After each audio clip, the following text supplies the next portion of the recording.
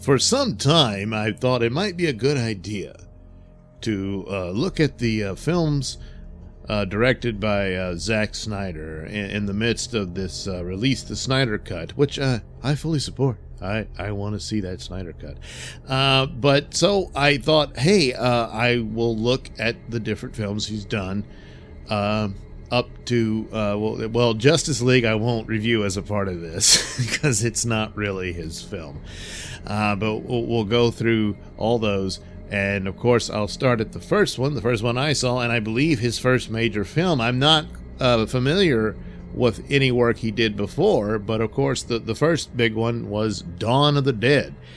And, for the most part, is probably, if not my most favorite zombie genre film. The crown, I guess, remains with Night of the Living Dead, which is a classic.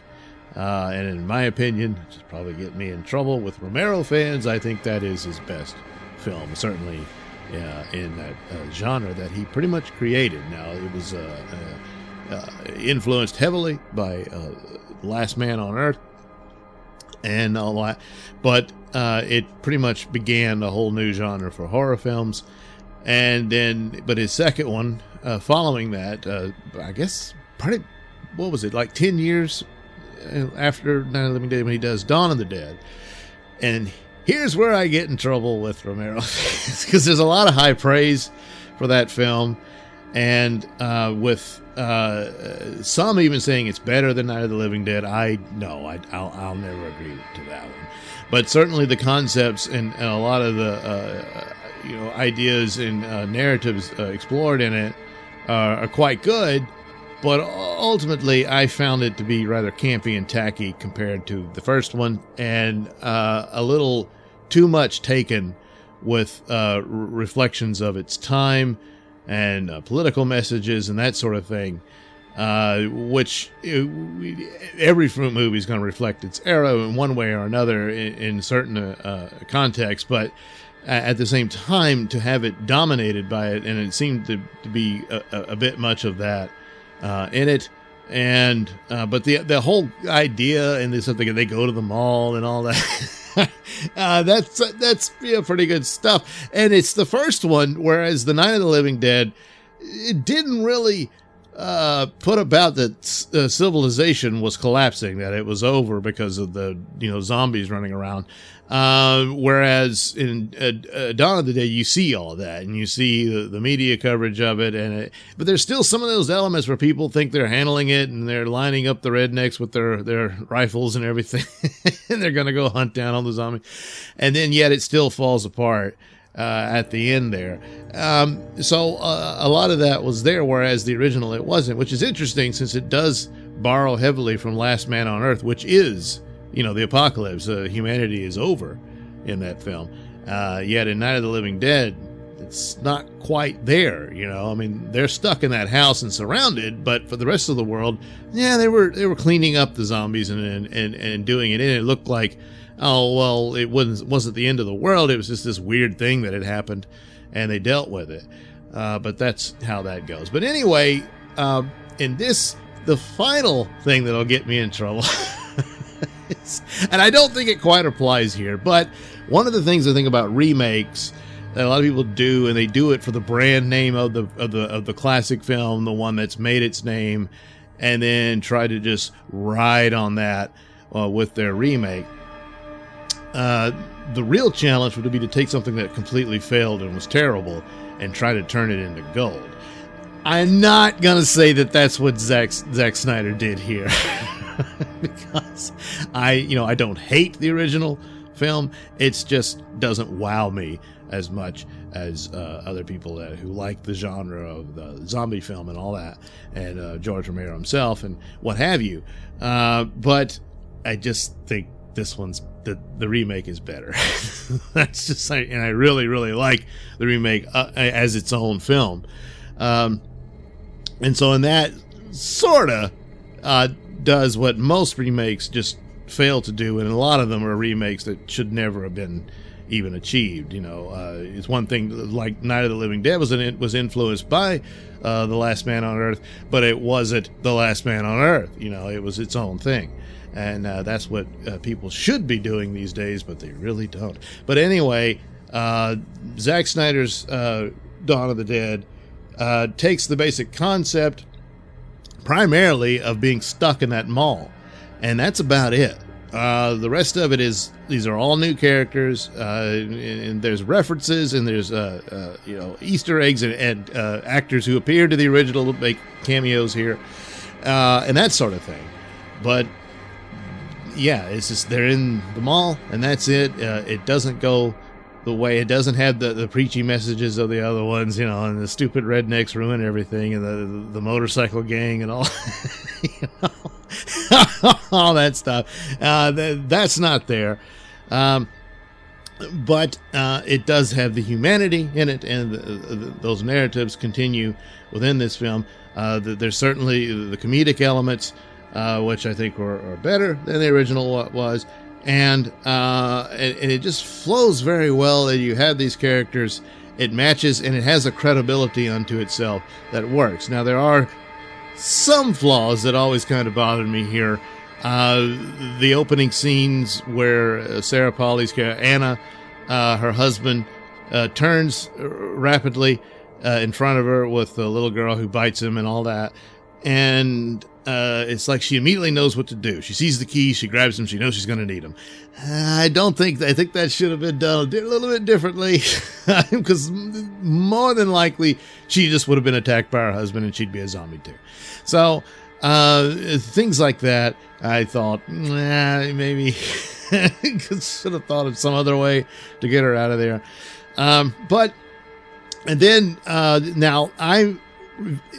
for the purposes of this, I reviewed the director's cut. So it's a little bit longer and there's more scenes in it, and it flat out shows that there was this romantic interest between Anna and what's his name? Andy, the guy from Best Buy.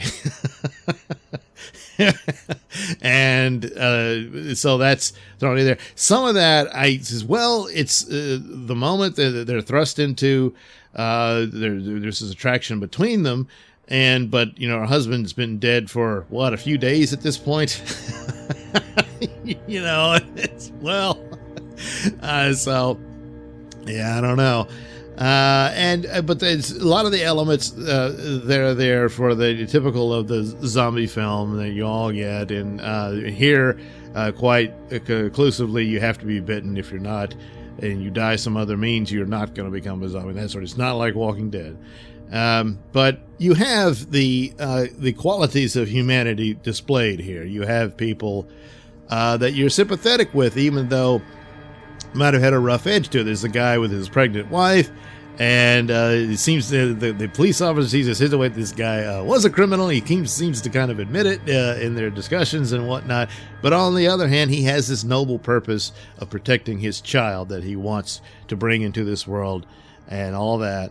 And it all goes very badly for him, and none of which is his fault. It's just the circumstances that he's in. Of course, he should not have gunned down the old lady, but at the same time, what he just went through and this horrific event of what happened to his wife and the birth of his zombie baby, it's just all really horrible. And it's another that in and of itself is sort of that portends they're all doomed. There is no hope. They will not survive, and it's over. But the struggle goes on. And it shows them. They work together. They figure out a plan. This goes wrong. That goes wrong. They get there. All this sort of thing. And of course, if you left before the credits rolled, you don't realize it. No, they did not escape. Maybe they survived on that island. They were able to hold off that. I don't think so. They're all gone. But that is the overall. They're doomed. But they still, and yet they struggle, and that's humanity. Of course, that's what goes on through it. And you have these elements of, like I said, the guy who is apparently a criminal, but he has this noble intention, and he rises to the occasion. They're thrown together. They do work together. Ultimately, they don't like each other. They struggle and fight. You have the comedic with the idiot security guard and the guy that's just he's smarter than the other three, and all that sort of stuff. But even he rises to the occasion despite his better judgment. He felt he ends up being quite heroic and even sacrifices himself for the sake of the others at the end, even though it was all for nothing.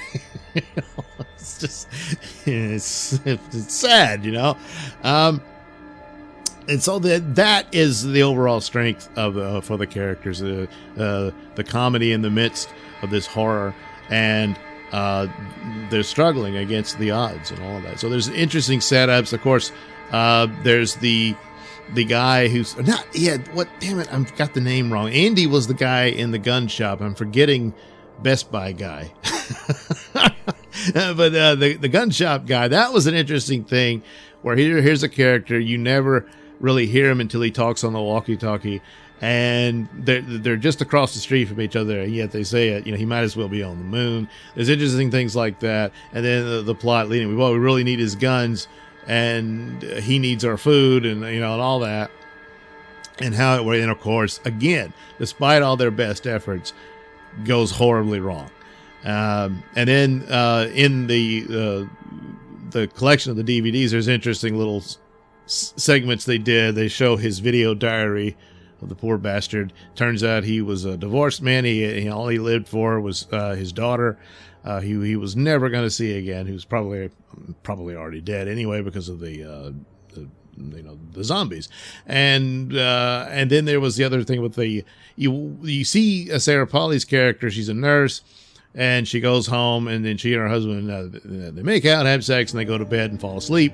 And then the TV goes to the emergency broadcasting signal. They slept through the night of the living dead.